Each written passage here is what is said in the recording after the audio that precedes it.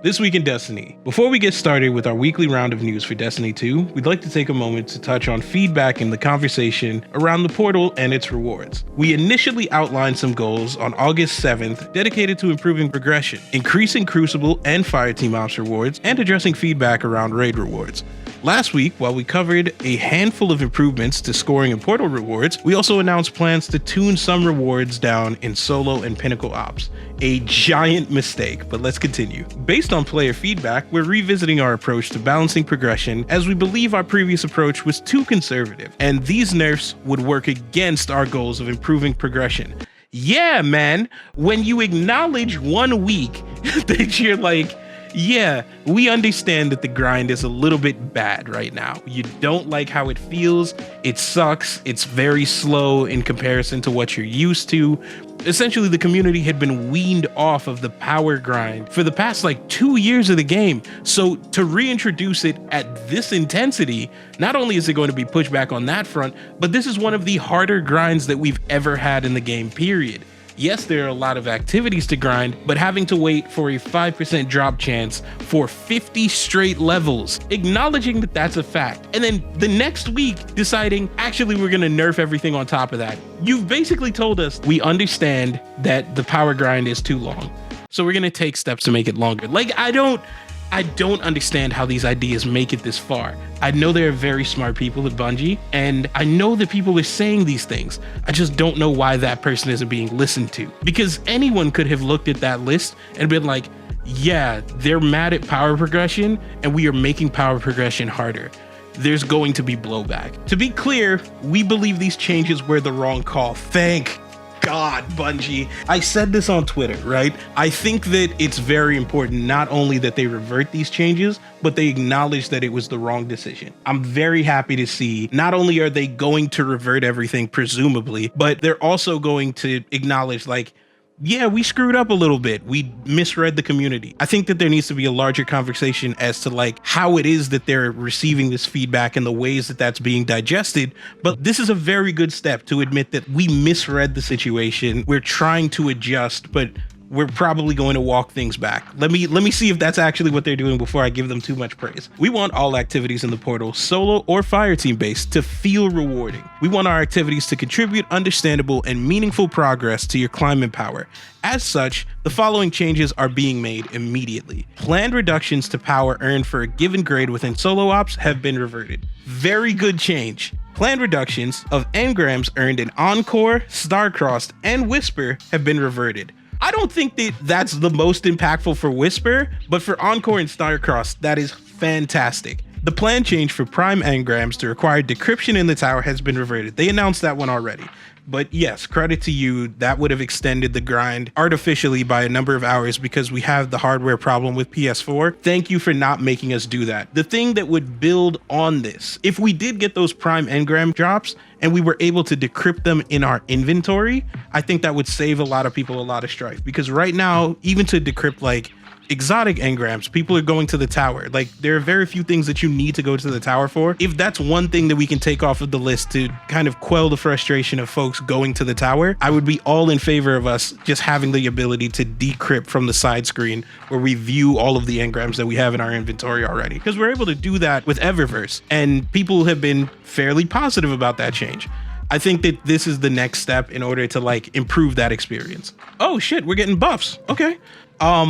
Okay, buffs to Fireteam Ops. When it comes to Fireteam Ops, we know that we have work to do. Here is a list of buffs we're planning on and some new changes that we're adding in response to your feedback. Increase match-made Fireteam Ops time limits across the board. So for Expert, they increase it by 25%, by Master 50%, and for GM 75%. I think that's gonna give folks enough time to complete these missions, right? Liminality is a big one where you get that 15-minute time whatever, and you have to kill every champion in order to progress. Certain mission structure, you're going to need a lot of time to get through it, and there's no way to speed through it without, putting yourself at significant risk. So this is a very good change. It's not as nuanced as I would have liked per activity, but they can fix that later. Increase the number of drops for Liminality, Inverted Spire, and Onslaught Widow's Court. Okay, that's interesting because For liminality specifically, this is very long even for like a Nightfall. I would like to see liminality moved maybe over to Pinnacle because it's a longer run right now than some of the Pinnacle ops. And honestly, I just want more chances to earn Pinnacle ops gear. I know that they said they were moving Onslaught over. The changes that they made to Onslaught, I think that this right here where they said increase the number of drops, ideally what I want to see for all of the Onslaughts and like the Coil and the Prison of Elders, for every 10 waves or, you know, any like big checkpoint that you hit, you should get flooded in that much loot. Like, let's say you're supposed to get 3 drops right now. Every 10 waves that you complete of Onslaught should give you 3 drops. And it should build on it where it's like 3 drops, 5 drops, 7 drops until you finish the activity. Of course, I think that also you can improve the difficulty when you make the drops that rewarding so that it scales over time. But that's a whole other conversation. This is a very good change just on the fact that knowing that you need to increase the number of drops, it won't be enough for me, but I like to see that this is the path that we're going towards and making things feel more rewarding. Activity timers have been rebalanced for solo, Pinnacle, and Fireteam ops. Fireteam ops have a greater value for speed versus killing all enemies. Interesting, so they don't expect us to kill everything. I don't know if this is the right change actually, because like I just mentioned with liminality, you have to kill pretty much everything in liminality with the exception of like the infinite ads that spawn at the end. I don't know. I would have liked to see kills feel more rewarding and, you know, folks have the ability to take their time. But I mean, rewarding speed is good. Reward hard things. New. Increase the number of drops for many more activities in Fireteam ops. Ooh. Our team is still working towards finalizing which activities we can buff up, and we will share more details after we finish validating this change. So we're probably gonna have to look for another TWID for that, but that's very good. New, removing unpopular mods like Grappler from the Fireteam Ops matchmaking pool, though this will still be selectable when customizing. Okay, so Grappler's not appearing in Fireteam Ops matchmaking, so that's very good. Not a lot of builds at this point are looking for Grappler unless you're doing like speed runs and shit, right? Like, I think that's a very good change. I might be wrong, but I'm sure that folks are happy about that. Oh, buffs to proto rewards, okay. The following plan changes are focused on increasing rewards or increasing rewards quality. Chance of prime engram drop per completion reward. Activities with more base completion rewards, such as liminality and inverted spire, will provide more chances for prime engrams to drop. I saw a tweet, I want to credit the person, I'll like edit their tweet in here, but I saw someone mention that one of the ways that you could balance like the portal in order to keep folks from all funneling into one activity is to make bonus drops count toward prime engram trans, so that you're chasing around the portal and you're not just sitting in one place like, hey, there's a bonus here, there's a bonus here, so that even if it's unfavorable, it's still rewarding. This is sort of a half step towards that. I think that that's pretty cool. How were they calculating it before though? Was it like you only get 1 for the encounter completion? That probably played a big role in why solo ops was the most optimal. So maybe with this change, it'll be enough where like, let's say you get 4 drops from liminality. If you do 1 long liminality run, you'll be rewarded with like, let's say 20% of a prime engram chance, which is good. I think that that's a very good change. Okay, new. We are working on creating a more consistent power reward experience for the upper power climb. In Ashenire, this will be power 500 to 550. I mean, we're gonna need more details on that. That could be anything. I don't know what it is that they plan to do. Hopefully they've been taking feedback from the community and they're gonna make the right decisions. More buffs. Wow, we are getting buffs across the board. They really must feel bad about this shit. In last week's TWID, we provided a ton of information about various changes and the data that drove them. Hidden within were several buffs, small and large, we wanted to scoop out of that doc to more clearly highlight. For the Desert Perpetual Raid, weekly challenges have been added. There were improved gear drops for the tiers, so now I think it was like a +2, so like the Epic Raid will start at tier 3. Which I still don't know how I feel about that. I feel like at the point where you start to receive like tier 5 gear, I think that raid loot should start at probably tier 3 across the board. I don't know. I feel like we need to make raids very rewarding for the folks who really like to raid, like myself. But just not trying to make myself like, oh, you know, I get tier 5s for nothing. But like, I think that that's a good way to reward what's supposed to be your end game. And gear attunement added. Yeah, I almost forgot about that. but I've only done one run of the raid because I don't care about the loot. This would be very nice for getting the crossbow, though they're probably going to nerf the crossbow before I get to use it. Portal. The time bonus earned will grant 5% minimum score if you can make the timer. Okay. That's fine. Your account highest power will be used for reward score rather than equip power. It should have worked like that out the gate, but it's very good that we're making that change.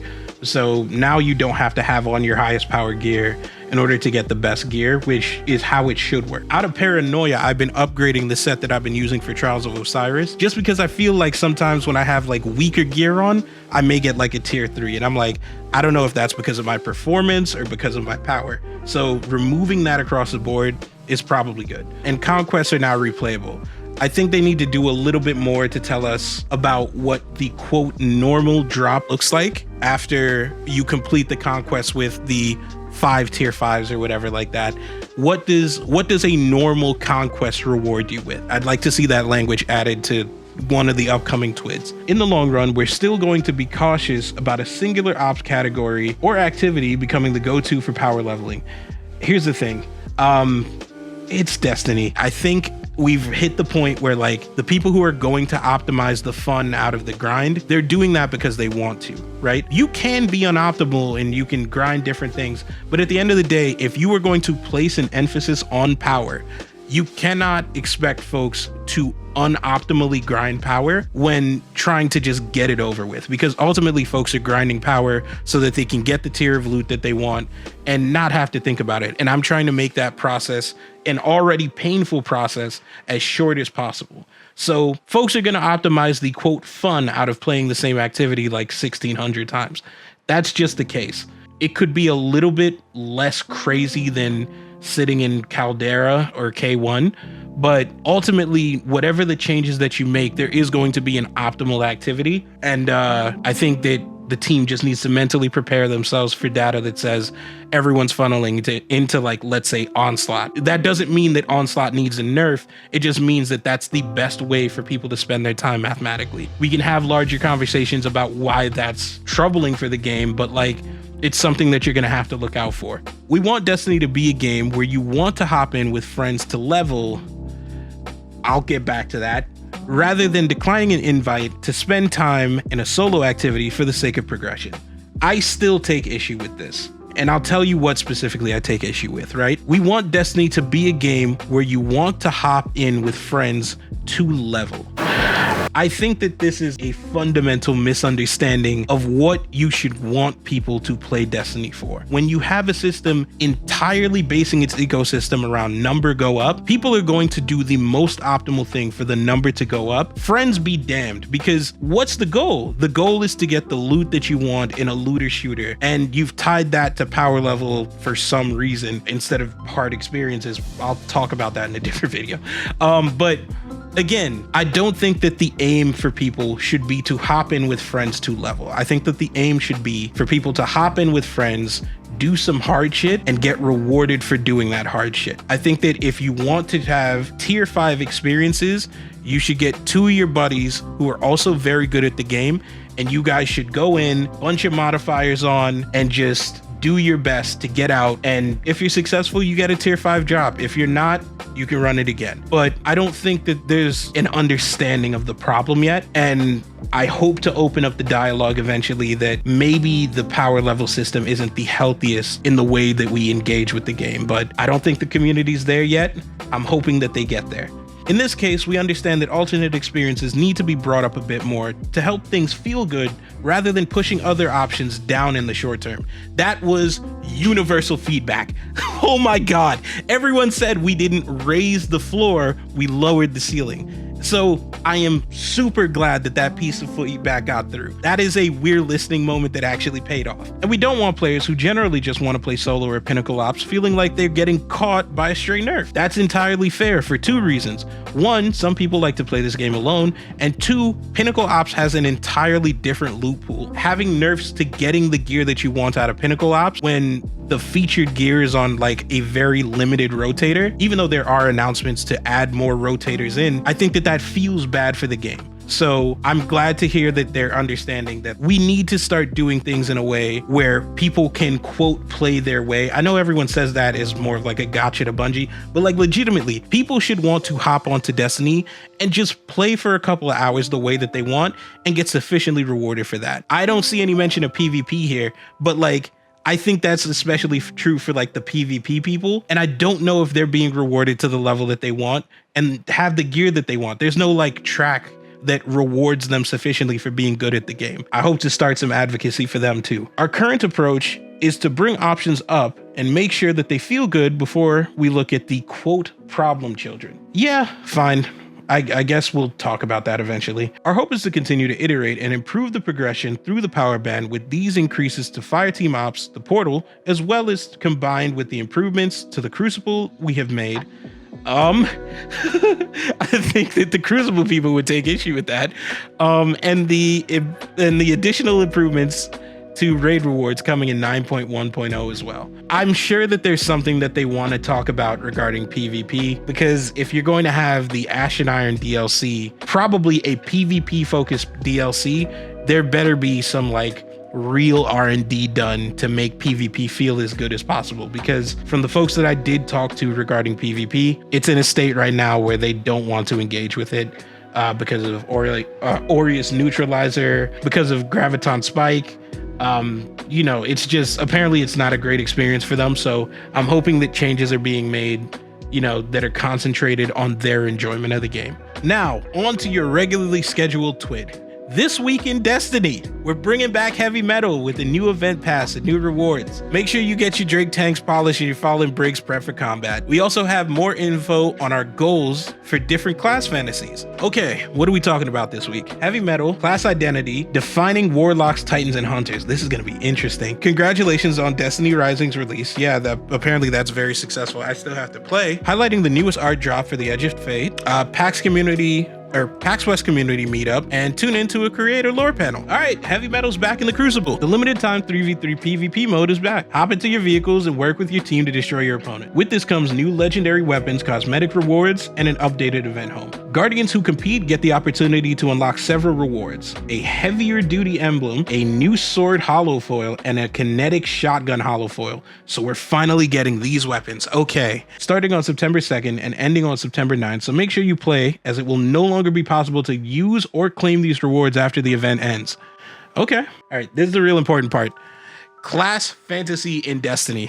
When you boot up Destiny 2 for the first time, your Guardian class is the first choice you ever make as a light bearer. Do you want to be the floaty one holding the fireball, the slender one with the cape and the blade, or the big one with the single monstrous shoulder piece? Each Guardian class has a unique fantasy that players assume as they play. When we talk about fantasy at Bungie, we often split the term into emotional fantasy and mechanical fantasy. To oversimplify, emotional fantasy is how you feel when you play, and mechanical fantasy is what you do when you play. When it comes to mechanical fantasy, or the gameplay role that the classes play in combat, Destiny's classes don't have the hard lines that some other RPGs have. This is partially due to the demands of a fast-paced action game, but also because Guardians are tiny gods with the power to cross lines and break drills. We don't have a dedicated healer class or a DPS class. Yes, we deliberately give certain classes more access to some keywords to reinforce their class identity, but rarely do we give them exclusive access to a keyword. After all, if all the classes have equal access to everything, what's the point of having classes to begin with? Interesting that we're having that conversation. Okay. Today we're going to dive deeper into class identity and talk about our upcoming plans for each class. Some of these changes will come in releases during the month of September, others in October, and others still in Destiny 2 Update 9.5.0 alongside the Renegades release and beyond. Warlock. Warlocks weaponize the mysteries of the universe to sustain themselves and devastate their foes. The Warlock is the arcane spellcaster of the group. What they lack in strength and speed, they make up for in knowledge and sorcery. They're the best at performing complex magical rituals that persist in the world. The Warlock's universal class abilities give access to health and recovery and ally empowerment. In Bungie's view, the Warlock traits that most exemplify that are going to be battlefield control, arcane abilities, and ally empowerment, which is true because they're very focused on the buddy aspect of it and Warlocks technically serve as the best healers in the game. They're the best healers and the best empowerers in the game. Moving forward, we plan to do more to reinforce the Warlock identity. In the short term, we're working on enabling deeper build crafting and finding ways to give Warlocks more ability uptime. The Empowering Rift change coming in the Ashen Iron update is a part of this. Longer term, we'd like to give Warlocks more mobile healing options and a passive benefit to match the other classes. Titans do bonus uncharged melee damage. Hunters have higher base movement speed. Here are some of the upcoming Warlock changes that we're working on. The following Warlock turrets will now count as grenades for stats and perks. Holy shit! Warlocks get to build into grenade. Ionic Sentry, Arc Soul, Hellion, Bleak Watcher, and Child of the Old Gods. So all of the buddies are getting a massive buff. Wow, that's gonna be that just makes the builds that are buddy based even better. And I love buddy builds on Warlock. Oh my god, that's fantastic. Empowering Rift class ability will now generate neutral game ability energy over time. So they're giving it like sort of like Phoenix Protocol power. Kills while standing in the Empowering Rift will now generate bonus ammo progress. Plus 15 for special and plus 10 for heavy. Okay, so throw down your Empowering Rift and then get a bunch of kills and you'll generate ammo faster. So that combined with that one Warlock exotic, the name escapes me right now, but you really could build like a super healer ammo generator Warlock. That's pretty good. I like the sound of that. So there's a couple of interesting things that you could do with Warlocks in terms of utility. Making it the utility class probably feel pretty good if you keep like some of its damage profile in mind. Titan. Disciplined and proud, Titans are capable of both aggressive assaults and stalwart defenses. The Titan is the knight of the group. What they lack in magical ability and range, they make up for in strength and sustainability. They're the tip of the spear, creating cover to establish the front line. The Titan is not a traditional melee or tank class, but they have universal access to damage mitigation and increased melee damage. So again, in Bungie's perspective, the Titan is an aggressive assault, damage mitigation, and an artillery expert. I don't know if that's being translated well, but going forward, we'd like to get some more artillery expert flavor into the Titans kit and give them more opportunities to flex their tactician muscles. In the short term, we're working on some updates to Behemoth abilities. In the longer term, we'd like to make updates to Ward of Dawn and the Sentinel subclass, among other things. Here are a couple of the upcoming Titan changes that we're working on. Hail of the Storm, the stasis aspect, will now grant 2 melee charges, so he's going to be able to melee twice for distance? Okay. Changed stasis crystal spawn pattern and added 4 more crystals. I don't use that class enough to know what that means for them. Bastion Void aspect will now have faster cooldown in PvP. I don't know about that, big dog. I don't know about that. I don't know enough about Titan to know how to feel about that, so let me not fearmonger. But hearing the Titans are going to have faster cooldowns for abilities in PvP while we're at the peak of an ability meta, I'm not going to call it tone deaf just yet. Maybe they have a larger vision for PvP that we just don't have the full view for yet. So let me move on to Hunter. Hunter! Agile and daring, hunters are quick on their feet and quicker on the draw. The hunter is the rogue of the group. What they lack in brute force and sorcery, they make up for in precision and agility. They're battlefield provocateurs, slipping into the enemy's ranks, leaving traps and causing chaos. They quickly find new angles to attack from, dividing the enemy's attention and making them more vulnerable. The hunter's class abilities give access to directional speed bursts and damage avoidance. So, in Bungie's view, hunter traits are attack precision, infiltration, and damage avoidance. I think that there was a change made a while back, maybe like 2 years back at this point, that made the tracking on hunter roll not break anymore.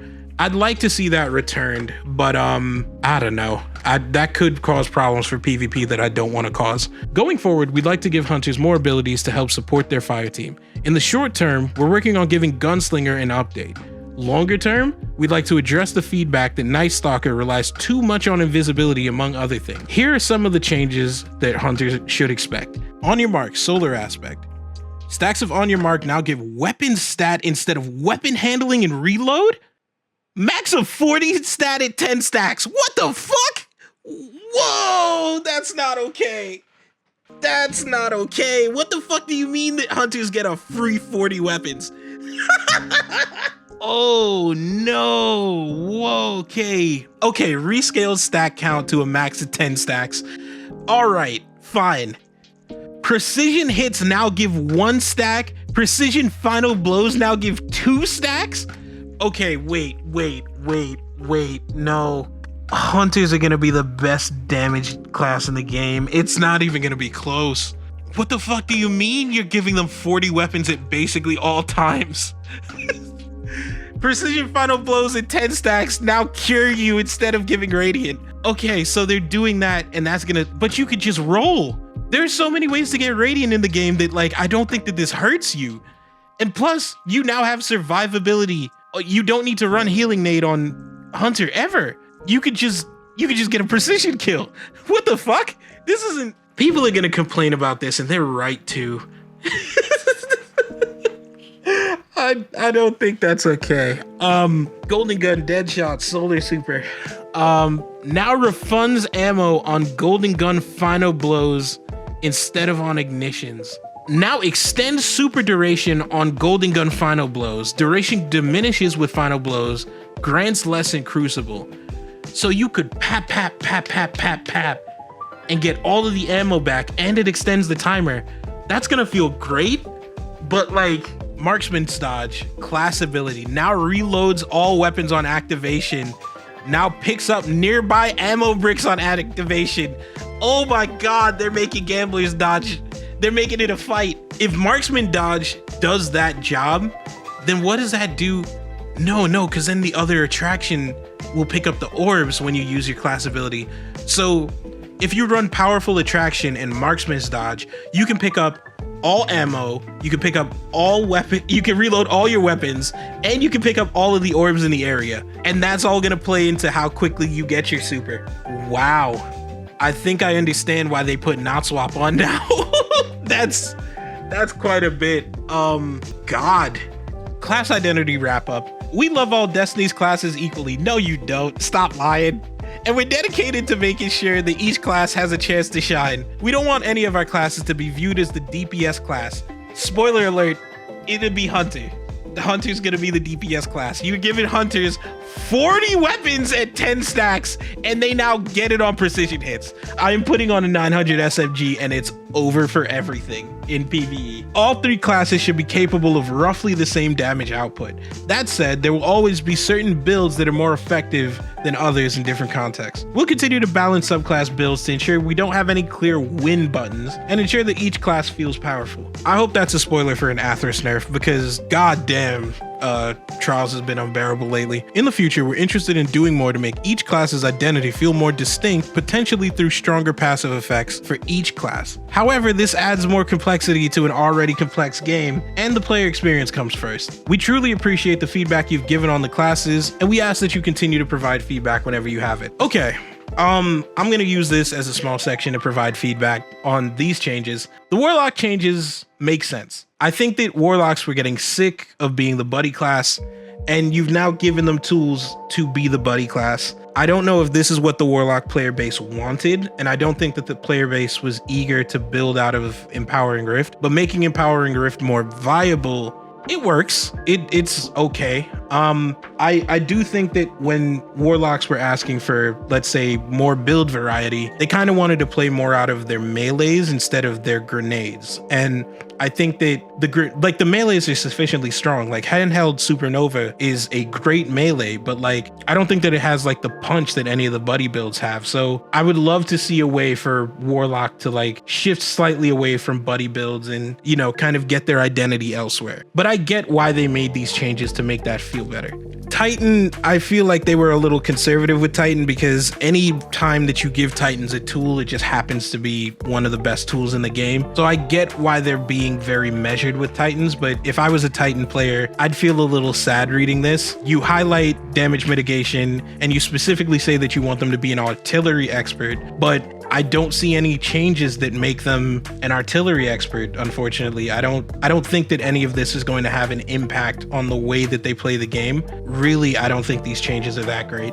Hunter. Hunter's got away with murder. I don't know how. It's just this this isn't okay.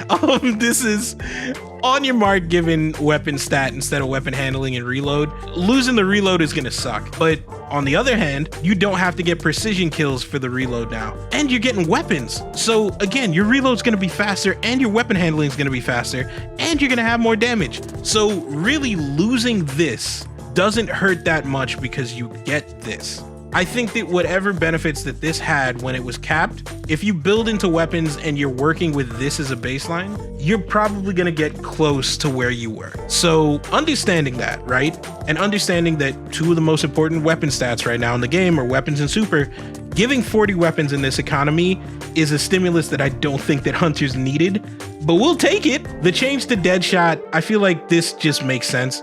Deadshot should work like this generally. I didn't even know that it didn't work on the final kills and it only works on the nations, but that change makes perfect sense. It extending the super duration. You know where else I would like to see something similar? I'd like to see it on these spectral blades, but specifically not in PvP. I'd like to see maybe that refund effect added to that just so that it's potentially viable for ad clear too. Yeah, but these are fantastic hunter and marksman's dodge.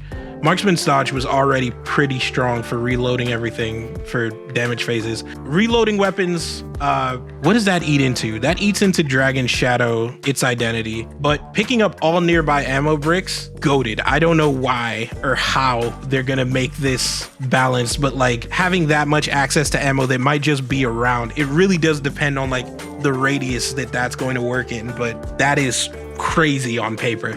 All in all, Hunters probably very happy. Warlocks not that happy, but they're stronger. And Titans not that much stronger. So Edge of Fate Art Blast. From the beautiful scenery of Kepler to the new enemies, armor, and abilities that melded together to breathe life into the Edge of Fate expansion, the awe-inspiring Destiny 2 art team worked carefully to create something magical for the newest expansion. Now the team is sharing some of the art that helped turn the Edge of Fate from concept to launch. Check out the ArtStation article to get a good look at all of the art of the Edge of Fate in all of its glory. I think that there was something that came out about ArtStation and some of the concept art that I'm not going to cover just in case folks don't want spoilers for stuff that's coming, but you know, very nice. Please check out the article. There's a lot of cool art in there. PAX West cosplay meetup. This weekend, PAX West returns to our backyard. For many there, the convention has spawned friendships, careers, and even lifelong partnerships. It's a special place, and we're excited to shine some spotlight on a community-driven Destiny community meetup happening on Sunday, August 31st at 2 p.m. Hosted by our good friends Air Bubbles and Lily Bean. I'm sure friends of Bungie. A few of us will be attending PAX as fans, but don't worry, we're bringing some sweet loot for this meetup, including a handful of the Edge of Fate Collector's Edition, some cooking recipes, and a couple of smaller surprises. Brush up on your lore, adorn your cosplay, and head to Community Room 1, the Summit, Room 437, at 2 p.m. on Sunday. If you're planning to attend, please feel free to tag us. We'd love to share your cosplay and your stories at Destiny the Game and at Destiny 2 team. Creator lore panel. Today, Som Lab will be hosting a lore panel for the Edge of Fate, running from Thursday, August 28th to the creator lore panel, but I think we already missed this. By the time the video comes out, this isn't going to be great, but please go check out the VOD at Som Lab. I've been in their chat. I lurk in places, but I don't think I've ever said anything to them. So hi, Som Lab. If you see this, you guys are great. Today marks the launch of Destiny Rising. In celebration of the launch, brought to you by NetEase on Android and iOS, PC soon, fingers crossed, we're excited to offer an exclusive emblem for Destiny 2 players. Go complete the first quest in Destiny Rising. Once you complete it, purple redemption code is going to appear on your screen. Go redeem it on Bungie.net. Pretty cool emblem. Very nice. We got the last call to donate and support a Ronald McDonald House charities. It's very important. Go donate to charity. $25 donation will get you this emblem. Pretty nice emblem. Actually, wait. I didn't even notice that the Warlock one was here, but yeah, no, very nice Argyle. Very nice flannel emblem. Yeah, solid. And I'm not gonna read the known issues list. Shout outs to Loopy, Artist of the Week. Fantastic art. Hopefully he makes like a phone version someone could commission off of him. And movie of the week. We asked 100 Guardians what their favorite thing in Destiny 2 was. I don't want to watch the video, but shout outs to Lemonade. And I guess that's gonna do it. But yeah, this one was a weird one for me. I don't normally cover the TWID, I just got off of work and I noticed that it came out. So not having the opportunity to read it, I just wanted to cover it to see if the changes that I thought they were going to make, they made. It sounds good enough that they're willing to admit, like, hey, we messed up. We need to kind of get back to zero on this one and then reevaluate. I am not sure that the changes that they're making are going to be enough because of not anything in their control, but like, actually, that's not fair. I don't know if the changes that they're going to make are going to be enough because I still have issues with the power grind fundamentally. I think that it does really bad things to the mindsets of folks that are playing the game, and it makes you play the game for the wrong reasons. But, you know, I'll expound on that in the near future. For now, though, very good first step. Shout outs to Bungie for actually being willing to take that one on the chin, all of the criticism, and, you know, parsing through it as necessary feedback. So for anyone who's still watching for any reason, I really do appreciate you. If you made it halfway through the video, if you were skipping around for the parts that you wanted to hear about, just understand, I love and appreciate you guys. I don't do stuff like this often, and, you know, maybe with some luck, I'll be able to cover next week's TWID and the TWIDs moving forward, if that's something that people are interested in. I would love to say that I stream, but I don't have the time to, but I'll make videos when I have a moment in between editing and, you know, just kind of give my thoughts on Destiny, and hopefully people are interested in the things that I have to say about it. If you like this rereading of the TWID, please let me know. I'm more than open to doing this again. More than anything, I've been playing Destiny at this point since 2017. I just want to see the game succeed. I like playing Destiny. I am sometimes a little bit hard on Bungie, but it genuinely does come from a good place. And I know that most people, it does legitimately come from a good place. So I'm hoping to build a community of people who can be critical, but who can also kind of experience the thing that they enjoy. So if that sounds appealing to you and you want to be part of, you know, this community, I really do appreciate having you around, and, you know, I hope to see you sometime in the near future. So thank you for watching, and stay tuned. I may make videos in the near future. This may be the last time you see me, but I appreciate you stopping by. All right, take care, guys.